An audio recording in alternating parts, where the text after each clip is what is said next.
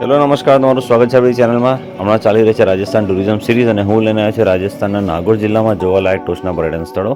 Number 1, હુડેડ કોબ્રાનો કિલ્લો. કિલ્લો વિશાળ, રસપ્રદ અને સારી રીતે પુનઃસ્થાપિત છે. અંદરના મહેલો સજાવટ સાથે મહાન છે. વિસ્તાર સ્વચ્છ છે અને માર્ગદર્શિકા મહાન હતી. ટેરેસ પરની ચેનલો દ્વારા એર કુલિંગ સિસ્ટમને જળાશય સૌથી વધુ રસપ્રદ હતું. કિલ્લાની દિવાલની અંદરનો વિસ્તાર એટલો હરિયાળો અને શાંત છે કે દિવાલોની બહારના ગીચ અને ખળભળાટવાળા બજાર સાથે તદ્દન વિપરીત છે. નંબર 2, મીરાબાઈ ચારભુજા મંદિર.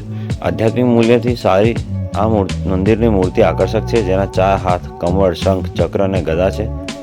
તેથી તેને ચારભુજા કહેવામાં આવે છે. મંદિરના પૂજારી અનુસાર આ મૂર્તિ પૃથ્વીમાંથી બહાર આવી છે, માનવ નિર્મિત નથી. નંબર 3, દધીમતી માતાનું મંદિર. આ મંદિર ગોથમનગોલ, નાગોર, રાજસ્થાનમાં છે. તે દધીચ બ્રાહ્મણની કુળદેવી દધીમતીનું મંદિર છે. માતાજીના દર્શન કરવા માટે ત્યાં ઘણા ભક્તો આવે છે અને નવરાત્રિમાં ત્યાં ઘણા કાર્યક્રમો યોજાય છે. નંબર 4, નાગોર કિલ્લો. જોધપુરથી ખીંસર જતી વખતે અમે સ્થળની મુલાકાત લીધી અને અમે જાણવા મળ્યું કે તે યોગ્ય છે. ખૂબ જ નાના શહેરમાં એક રત્ન. આ કિલ્લાની મુલાકાત લેવાની ખૂબ ભલામણ કરવામાં આવે છે. સુંદર કિલ્લો, યુનેસ્કો સહાયિત ટીમો દ્વારા કરવામાં આવેલ પુનઃસ્થાપન કાર્ય ઉત્તમ છે. સ્ટાફ ખૂબ સહકારી છે. માર્ગદર્શિકા ખૂબ મદદરૂપ છે. અમને ઘણી બધી સમજાવી, આસપાસ લઈ ગયા. ધીરજ અને રુચિ. પાણી સંગ્રહ સિસ્ટમ અને એર કુલિંગ સિસ્ટમ ઉત્તમ છે. નંબર 5, હાડી રાણી મહેલ. નાગોર કિલ્લાની અંદર સ્થિત આ મહેલ, જેનું નામ વરિષ્ઠ રાણીના નામ પરથી રાખવામાં આવ્યું હતું.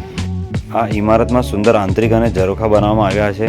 તે કિલ્લાની સૌથી મોટી રચનાઓમાંની એક છે અને જ્યારે તમે કિલ્લાની અંદર તમારી માર્ગદર્શિત પ્રવાસથી શરૂ કરશો ત્યારે તમે જે પ્રથમ વસ્તુ જુઓ છો તે એ જ છે.